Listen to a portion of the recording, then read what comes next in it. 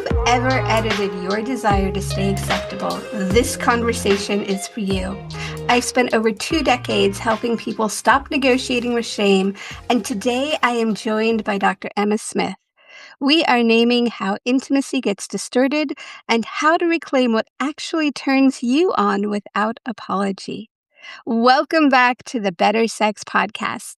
This is where we have real, unfiltered conversations about sex, intimacy, and relationships.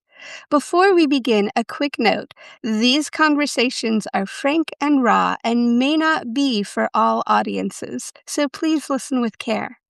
And if these conversations resonate with you and you want a place to keep exploring them, I'd love to invite you to join us inside the Better Sex community on School. It's a grounded, curious space for people who want better sex and deeper connections. You'll find the link in the show notes. Oh, one more thing before we dive in. If you enjoy this podcast, please like, subscribe, and leave a comment wherever you listen. It really helps get these conversations out to more people. Without any more to do, I am so excited to introduce you to Dr. Emma Smith, a licensed therapist and certified sex therapist who works with individuals and couples navigating the tension between who they were taught to be and who they actually are in their bodies, their desires, and their relationships. Emma brings a deeply compassionate, no bullshit approach to healing shame, unpacking conditioning, and helping people reclaim intimacy in ways that feel honest, embodied, and sustainable. I'm really glad to have her here. Welcome, Emma. Thank you so much for having me. It is a pleasure to have this conversation with you. Thank you. So, how did you get here? What's your story? Oh, my story, it was not on my bingo card. I grew up in a, conservative, Catholic, Italian family in New Jersey. Right? And I think our town has like 3,000 people in it. And you know, my sex conversation with my parents growing up was don't do it till you're married, right? And we just kind of ignored it. And then, you go off to college and start to be able to explore. Now, I also went to a Catholic college, and so it was a slow start, but I started discovering my own sexuality around that time, started exploring and learning about the relationship between myself, my sensuality, because I am a Scorpio,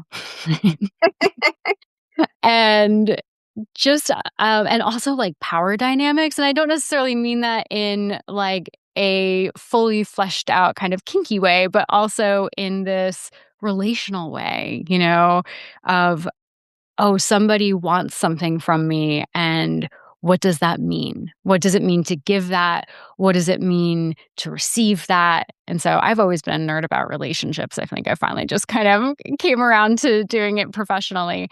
And so, out of that, I left school and I decided that I was going to be a therapist. And I started out in trauma work and sexual trauma, actually. Um, and that's how I got to sex therapy, because I found the trauma world basically when people stopped being symptomatic, when they could get up and go to work in the morning, and when they could sleep through the night without nightmares. People were like, "Oh, you're good. You're healed. Congrats. You made it through." Right? And then people would go out and they would try to be in an intimate relationship with somebody.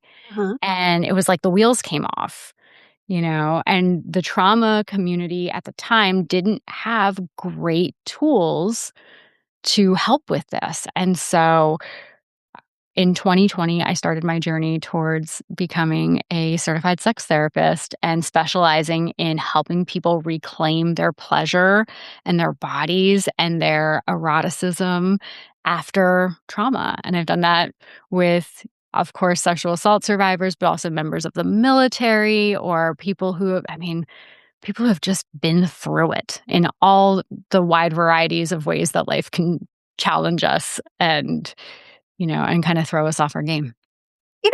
I hear people talk about trauma a lot, and I'm going to ask you to kind of break it down a little bit more, and particularly how different types of trauma might shut you down and might take you out of the sex or relationship game.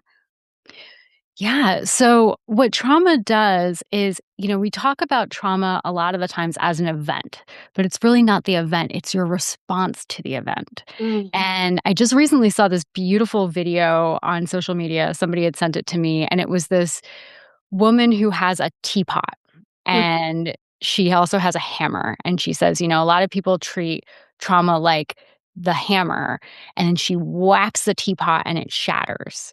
And mhm, she says, actually, trauma is this broken teapot, mm, right? It's the result of this thing that happened. And now, not only can um, you have all of these broken pieces that you have to figure out what to do with, but you also can't do the things that you were made to do.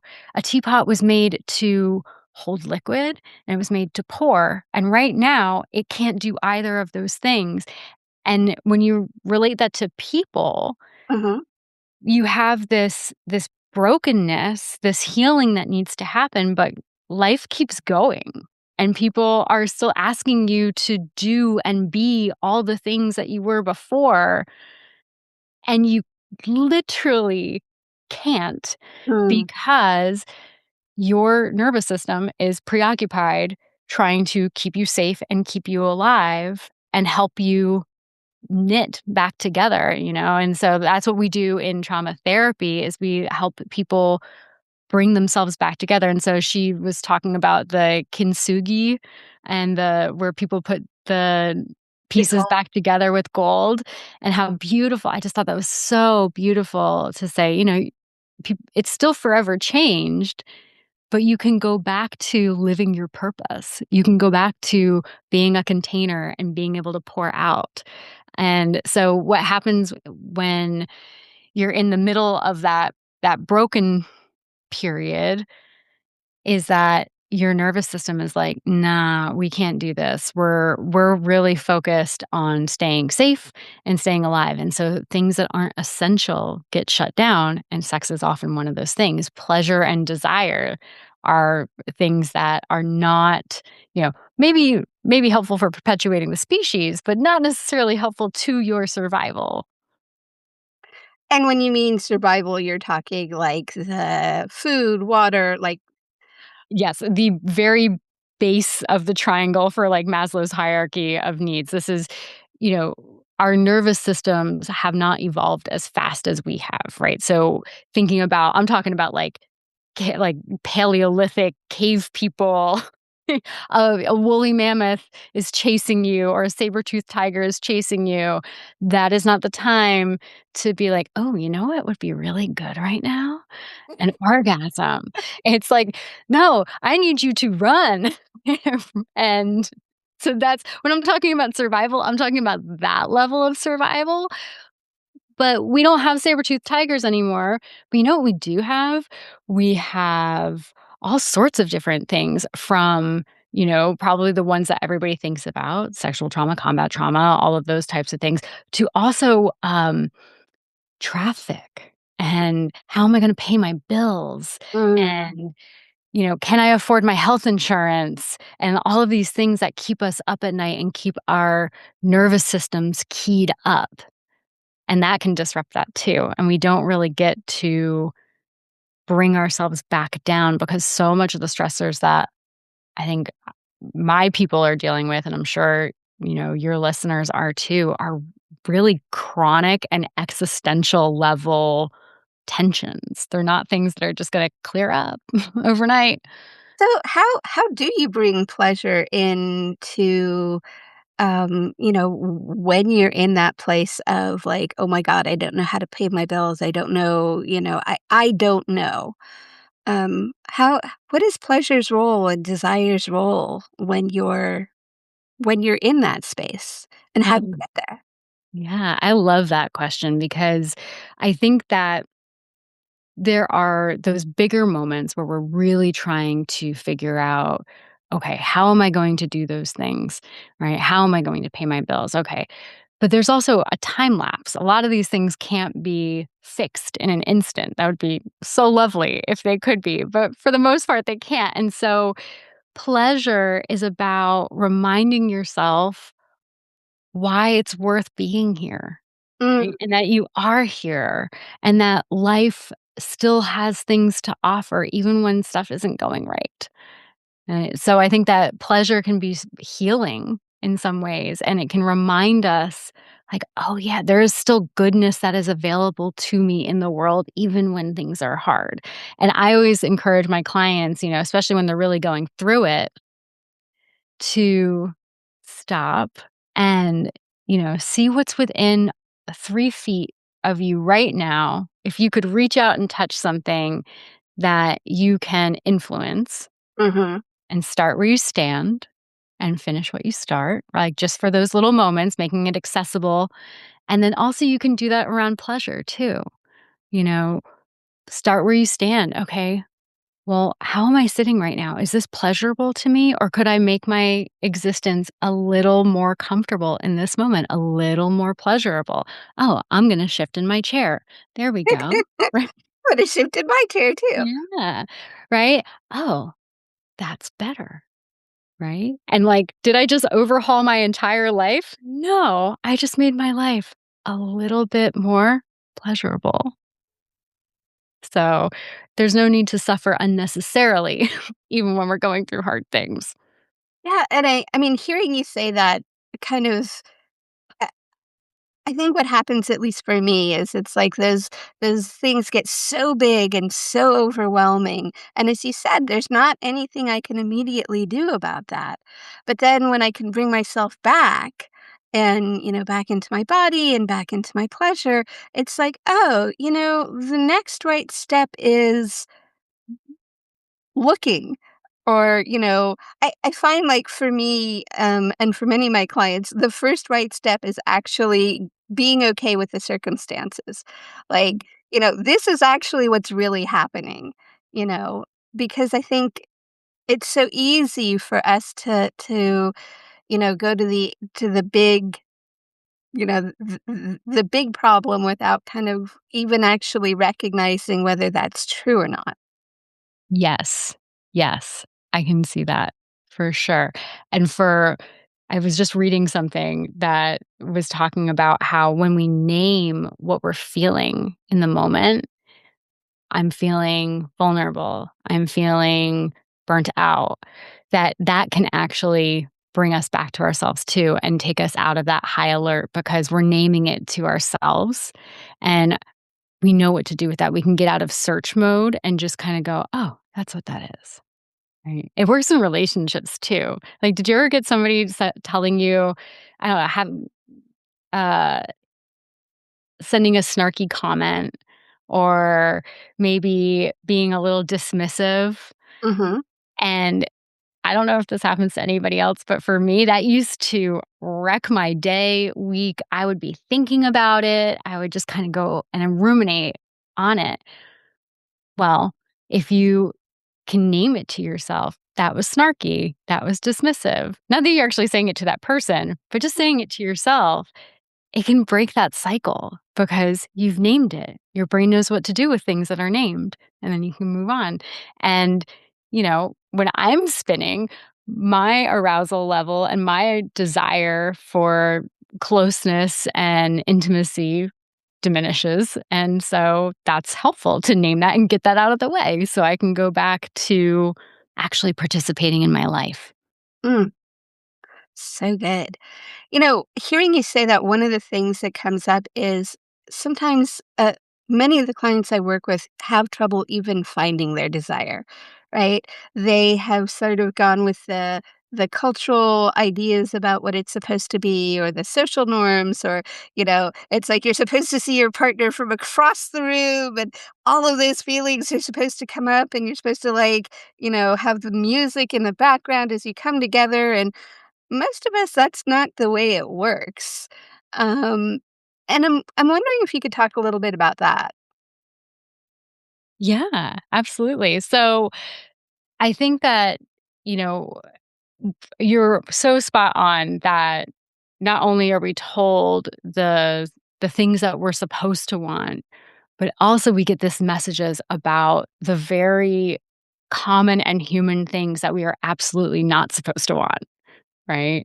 And so it's so funny because, I used to teach human sexuality and everybody always said the same things that they were the most ashamed of was talking about masturbation specifically. Even if people could talk about all this other stuff and masturbation was like this one that just made even the most, evolved of my students still get cringy. I don't think I've that was one of them, and if it wasn't that, then it was, like, impact play and BDSM. Mm, Like, those were the 2 that because I think that makes sense. We have in the mainstream culture have really done a poor job of talking about how those 2 items, if you will, practices can be normal, healthy, good, and part of a very full and lovely life, And so the first part I think is of unpacking is to notice the points where you get a little squirmy in like the uncomfortable way and not necessarily pushing through it, just noticing mhm, and thinking maybe about the things, I'm in Tennessee now. I used to be in DC and I live in Nashville now. And so people who grew up in like the church, mm, and I thought I grew up in a conservative environment where they didn't talk about sex. There's like a whole other layer that I am discovering now. And people thinking that they are bad people at this like soul level mm, for wanting or being curious about, right? And so if this sounds scaled real back or if this sounds scaled way, way, way back, that's the context because I've had to scale it back to be, I had to get an education on my own to be like, oh, we're at that level. Okay. It's okay to notice the areas that are a little squirmy for you. And it's okay to notice the areas where people told you that you're allowed to want this, but you don't really want it. You don't it's falling short. And okay, so if those things are off the list, well, what would make it better? You mhm. know? What does pique your interest? And sometimes we start with, do you like how your sheets feel? I'm perking up here because I have bamboo sheets and I love them. And one of the things, one of the sort of flirty things that my partner and I do is it's like an offer to change the sheets together is kind of a like, "Would you like some sexy time?" Um, Mm. so I wanna go back for just a second because I think what you said about, like, what I heard was when people who are from, very conservative backgrounds, like, the shame about, like, their desires just shuts them down to the point of, feeling, uh, shameful about who they are. And so I wanted to just kind of unpack this idea about who you are being wrong or bad or because you have a desire for something. And it sounds like something that you went into quite a bit. Quite a bit.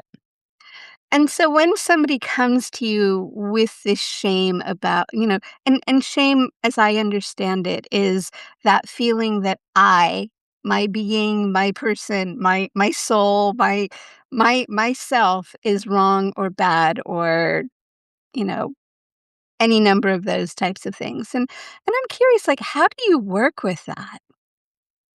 Well, the first thing is that we just allow the person to be and say, it's very vulnerable to come in and seek out sex therapy when you come from that place. I mean, so I never lose sight of the the courage that it takes to even email me for an appointment and to come in and to be, right? And so I sometimes I think people are like, "Oh, she's just being nice," but I really do mean it quite literally. All of you is welcome here, right? So the parts of you that are excited to possibly be able to explore and the parts of you that are perhaps still judging yourself, maybe me, and we talk about it, and we sometimes just have to talk about the heaviness that is that reality of what you're carrying before we ever get to changing it. We just want to say, okay, this is part of who you are Mm, right now. We don't like it. It doesn't feel particularly healthy. And we think that it's time for it to go. And the first step of that is just kind of like, can we just get curious about that? Can we just sit alongside that quite literally? Sometimes I actually have them picture sitting alongside their self. Because you know what's interesting about the people I work with? I say that all of my clients have nice people problems. And I because they would never treat another person the mm, way that they treat themselves. They would never speak to another person the way that they would speak to themselves. So, we leverage that, mm. and I have them speak to themselves, right? And we go from there. And and what does that open up for people? Like, when they start to move from that place of shame or trauma, like, what does it open up? What is possible? I think what's possible is more than anything, it opens up curiosity and Mm, it opens up wonder and it opens up a sense of discovery. And there's this whole idea of, the experience of awe of how incredible and mysterious and, um, you know, interesting life can be and how interesting I think that human beings are infinitely interesting. And so we get to open that up and we get to say, "Oh, let's explore that." You don't have to do anything with this thing just because you explore it. mhm, But like, let's go on this journey together, And so we do. And I think that, by having them be kind to themselves and to realize like, it's really interesting. Nobody seems to have a really hard time being kind when they distance themselves a little bit, mm, right? They're able to access their compassion and they're able to access all of this stuff. And I go, oh, that's really interesting. That doesn't sound like that was difficult for you, mhm. And then they think about some of the people who maybe have had difficulty. And it's like, oh, maybe that's a them thing and not a me thing.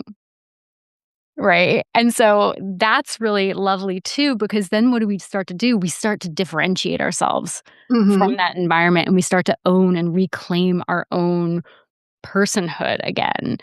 And so I love that. I'm getting so excited about this because I love watching people discover that they're amazing. They are so incredibly interesting and full of possibility. And they're not difficult to love, right? Like, and they demonstrate that first with themselves. Like, that piece about being difficult to love is so it's one of those things that when as you mentioned, when people start seeing like, "Oh, wait a second, this isn't true."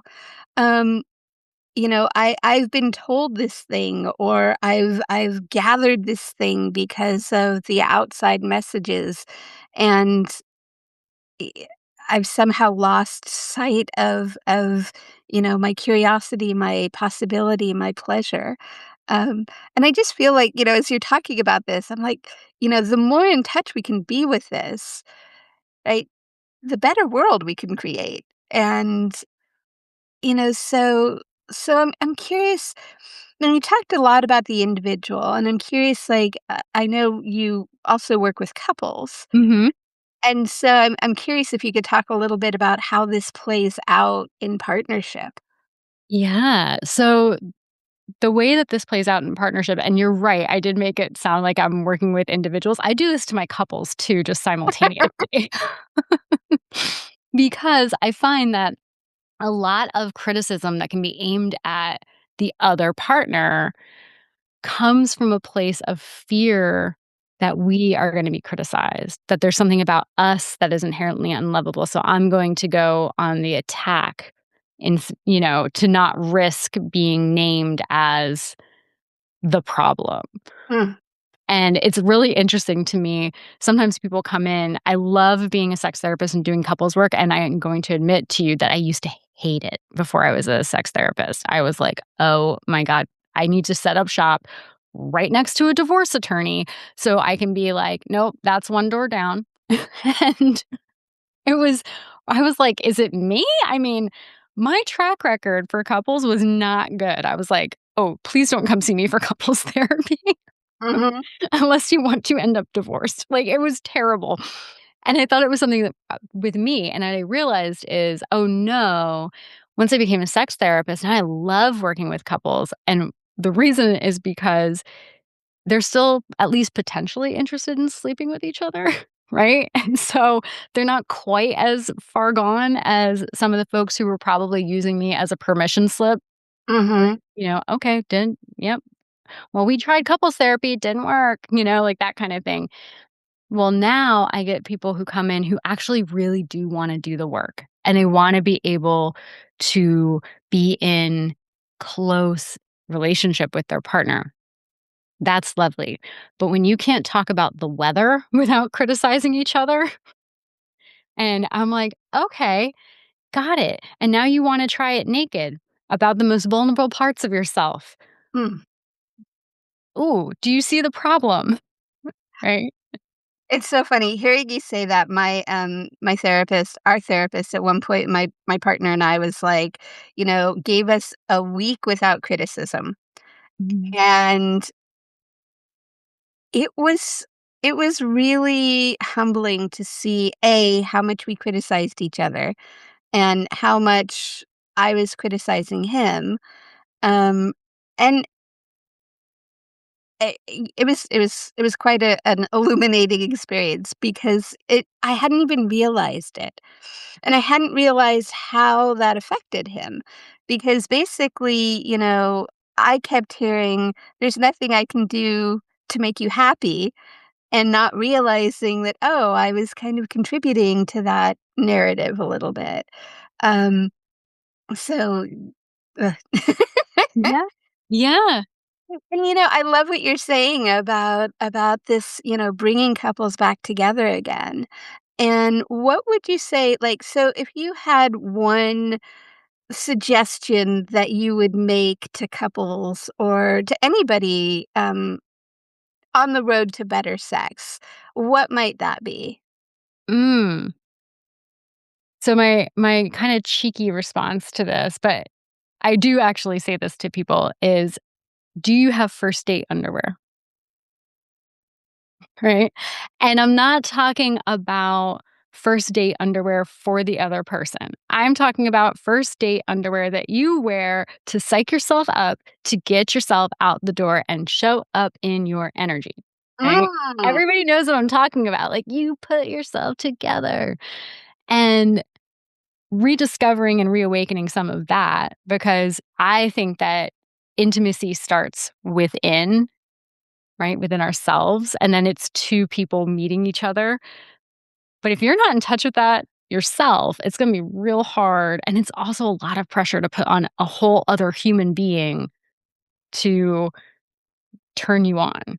absolutely. That's one of my personal pet peeves is it's like, there is this expectation and around, like, chemistry and, attraction, and it's all the other person is going to show up and suddenly I'm going to be ignited. Mhm. And, what you're saying about, like, first date energy and first date endies, um that just cracks me up, I love that. But, like, knowing, and this goes back to knowing your pleasure, knowing your desire, being able to connect inward, um, and light yourself up because I think, that's such a missing piece. And particularly, as you're saying, in some of these longer term relationships where we've started to you know, either turn ourselves down or put the damper on our partners. Mhm. So, remembering that we have agency and we have our own pleasure and turn on. And one of the things that we haven't really gotten to yet, but, this idea that pleasure is, it it's infectious, when we're in our pleasure, and I see this all the time with the couples that I work with, it's like, it takes some of the pressure off my partner to do the thing and to be everything. Because if I can show up with a certain amount of, turn on or pleasure, then hopefully my partner is gonna see that, and he's gonna wanna match that. And, it's a growing and infectious pleasure is an infectant. Yes, yes, I believe so in the best ways, and I have to say this about the underwear thing, the first date underwear, if I can go back for a second, I'm talking to the guys too. I some reason there's this assumption that I'm only speaking to women when I say this, and I'm like, "No, I'm talking to every human being that either wears underwear or doesn't, however it is that you show up in your body on a first date, right, for your own energetic pull, that's what I'm talking about." So, and if you don't know where to go get sexy underwear, well, that's why we have the internet. And there's a way to find out where you can get some sexy underwear for the parts that you have.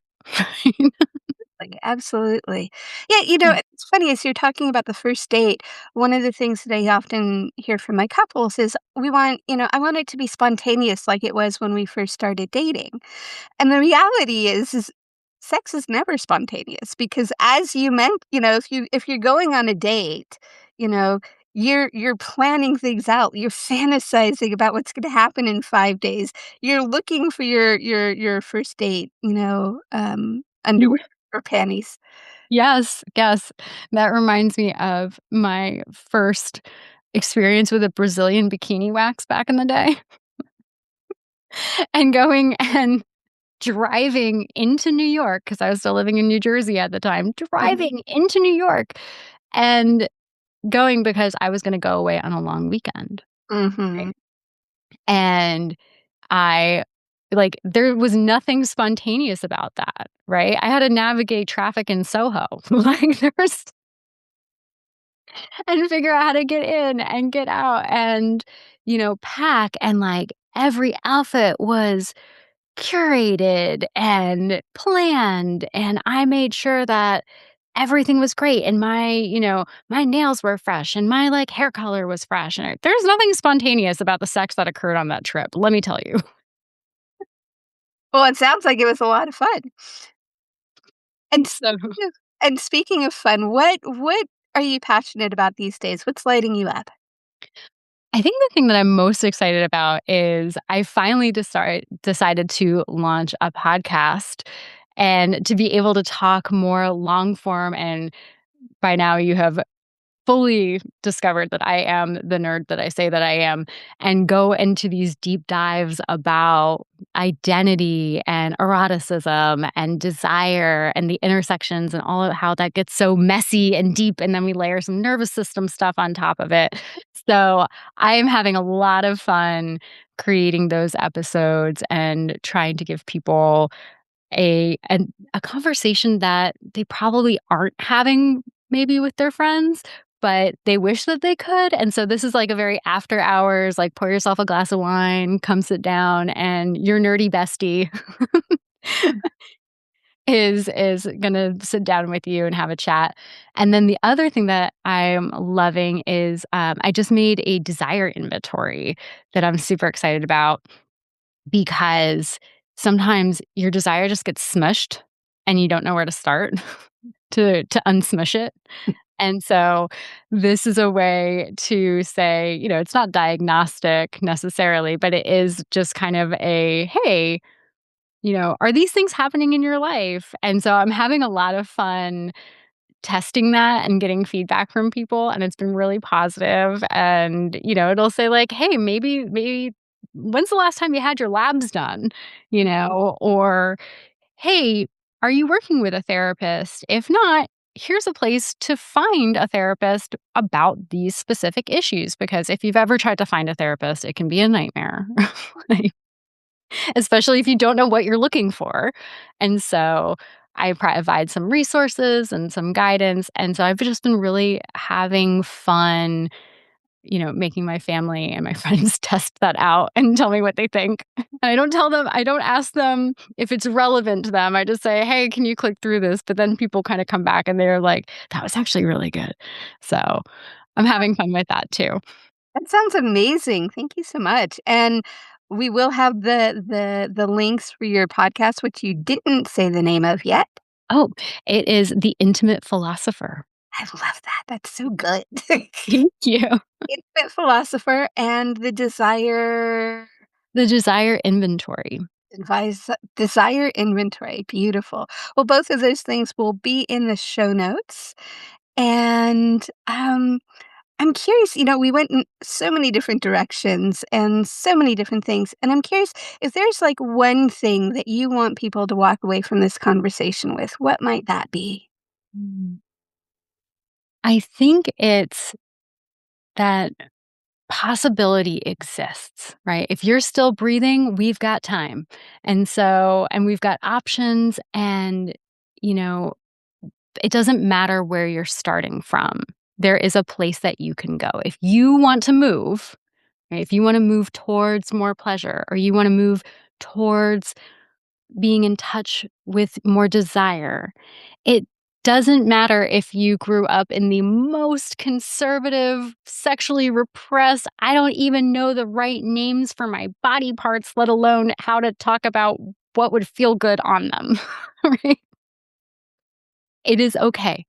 There is a way to move forward, and it can be fun. It is not about being broken and then becoming unbroken. It's about being beautifully and wonderfully human Mm. and continuing on that journey. We are all on the journey of becoming all of the time. There's no escaping it, actually.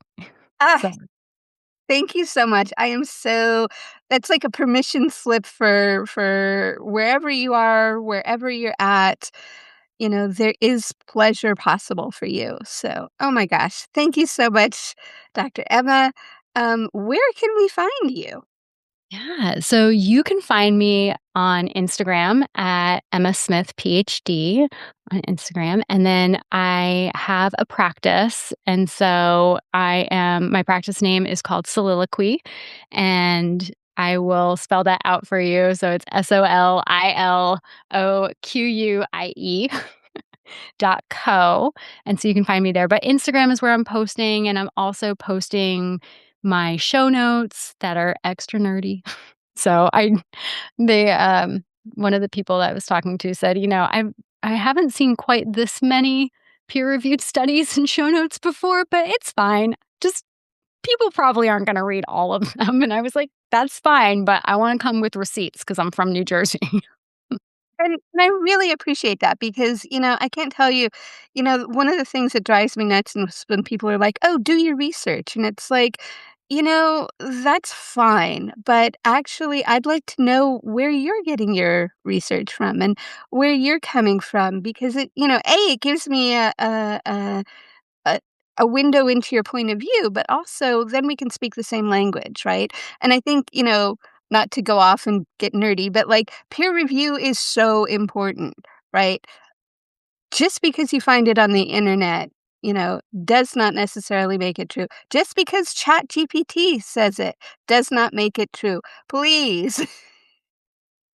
Yes, Look for research, and research actually part of what research is that other people have looked at it and have given their opinions as well. So, absolutely. I mean, that's part of the reason why I even started the podcast is because the age of opinions in short snippets, I could never tell if somebody was truncating something because they made it up, or it's you can only fit so much content into a 15-second, story. And so were they just leaving it off because there wasn't enough time?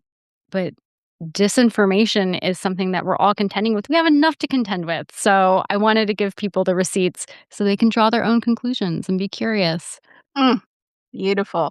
I look forward to your podcast and the show notes and the resources. So again, thank you so much, Emma. And again, if this episode of the Better Sex podcast perks your interest, please come join us over in the school community.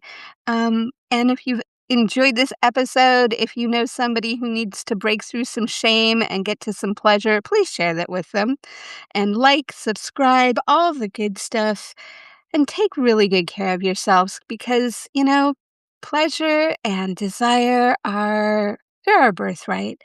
So remember, better sex is an ongoing practice. And as Emma so beautifully put it, you can start anytime, any place, anywhere. So thanks again, and we'll see you soon. Bye for now.